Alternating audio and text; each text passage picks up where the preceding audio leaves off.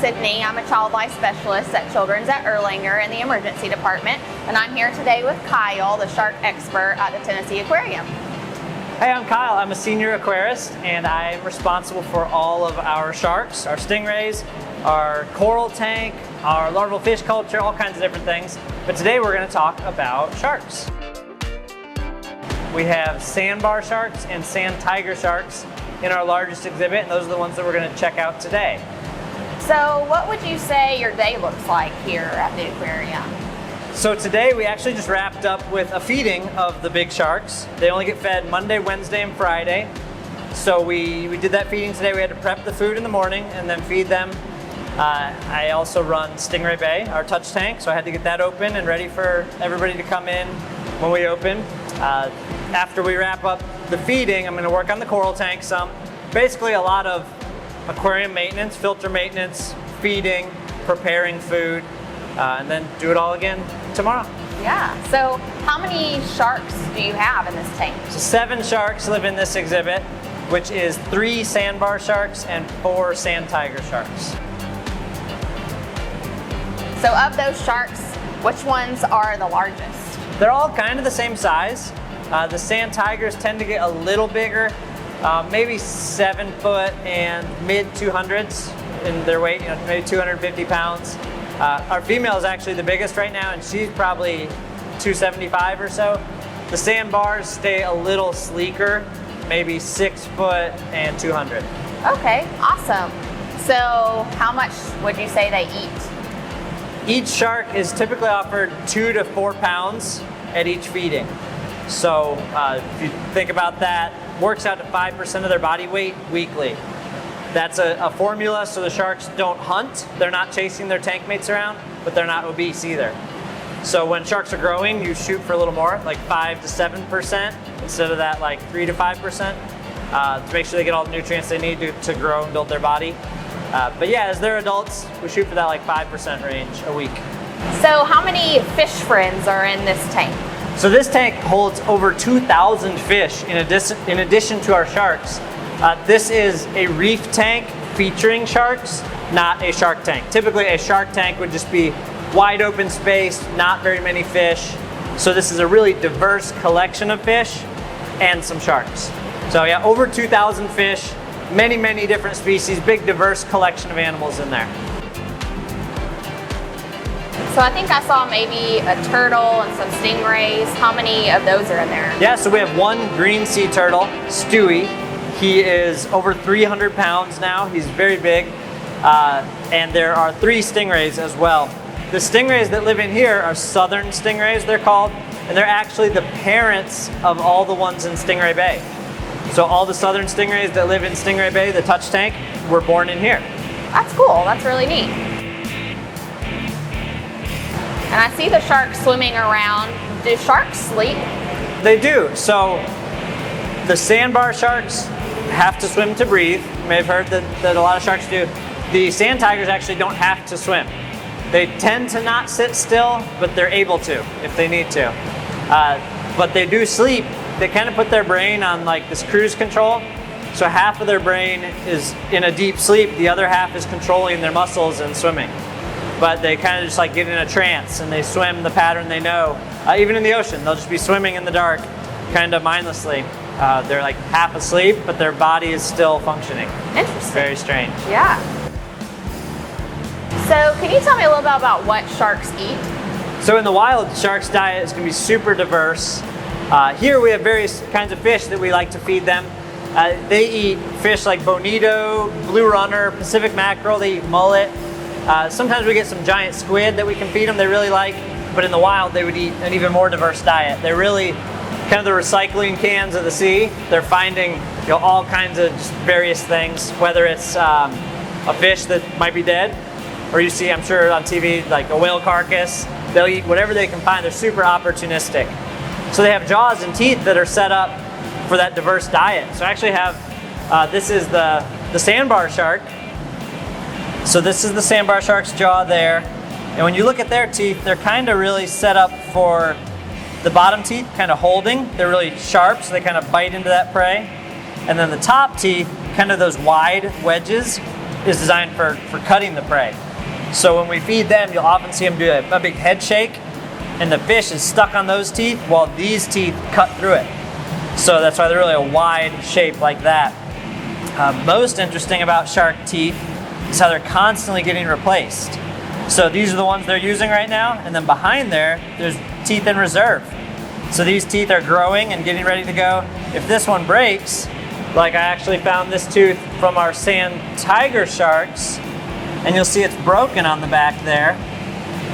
So maybe while he was eating a fish, it broke off, and we have another one ready to go right behind it. So if this tooth was that one that we just saw that was broken, well, no problem. This one will flip down, fill the space, and the shark will be ready to eat again tomorrow. So the idea is that their eating is pretty rowdy, pretty aggressive. So it's constantly breaking teeth off. So they're always having a sharp one ready to go so they can always eat. So those teeth look pretty sharp. Are these sharks dangerous? Yeah, so the teeth are very sharp, of course, like we saw, but they're absolutely no danger to us. If you look at this jaw again, a shark with a mouth this big isn't trying to swallow me. He only wants to eat food about that big. So absolutely no risk to us. We do dive in this tank 7 days a week, and absolutely no interest in us, in eating us. The food that they eat tends to be a half a pound to maybe a pound, very small. So these sharks, totally harmless. Anytime you hear about a shark attack, often it's a shark that can't see the prey. So it senses the electric vibrations, it knows there's an animal in the water, and once it bites a person, it realizes, oh, that's not my preferred diet, that's too bony, that's too big, that's not what I want to eat. But they couldn't see it. So they had to explore it by biting it. So it's not that sharks are typically trying to eat us. So I'd imagine you wouldn't feed the sharks while y'all are in the tank. Yeah, exactly. So again, not dangerous. They don't want to eat us, but that sense of smell, it sends them into overdrive when they smell fish in the water. So we do not dive while we're feeding. And actually, we finished our feeding about 3 hours before the divers get in the water. So just to make sure they don't associate us with food, they're not bugging the divers, asking them for food, or it could get dangerous when they just smell it and they think that there's something going on. No feeding while we're diving, for sure. So how do y'all feed the sharks here? So this exhibit being so big and diverse, we have to have 4 people to feed the tank every time we do it. 2 people feed the sharks. So we do split them up by their species to make sure that each one gets a chance to eat what all they need. But then also, since I mentioned we're not using divers to feed, we have a special long pole that we put the shark food on and offer it to them. A couple different kinds of fish that we use, that we actually have some up here, and our feeding pole as well, so I'll show you how that works. So here's the pole that we use. So this long pole, and we'll get our fish. So this is that Pacific mackerel that we were talking about, and that's about as big a food that the sandbars want to eat. So again, not trying to eat me if this is how big a food they like. So we just take it and we stick it on there like that, and we'll swing it out over the tank. And then we just wait for the sharks to come by. The sharks are not the most aggressive eaters in the tank. So if I just put this down here and wait for a shark to come, the other fish are going to steal it and eat it before the sharks even know about it. So we just hold it out of the water like this and we wait for them to come by. This would be for the sandbar sharks. So if a sand tiger comes by, I don't feed him. I just wait for the sharks I'm trying to feed. And when they come by, push it down by its face and let it eat. So I noticed that fish was frozen. Do they typically eat frozen fish? They eat previously frozen fish. Gotcha. But since we already fed this morning, I was out of thawed fish. Got it. So yeah, we pull the fish the day before out of the freezer into the fridge so it can thaw. But we order our fish 4 months at a time. Okay. So we get hundreds and hundreds of pounds of shark food to last us 4 months. Our freezer is negative 10 degrees, super cold freezer. So 4 months at that, it's still very fresh. So why do you like working with sharks? So sharks are super interesting to me. They're a really diverse group of fish. So all kinds of different ones, like the ones I keep in Stingray Bay, the very small walking sharks, which are super unique and very different from these sharks. So it's always something different, something unique going on, and they all have different feeding strategies, and so it makes my job very diverse as well.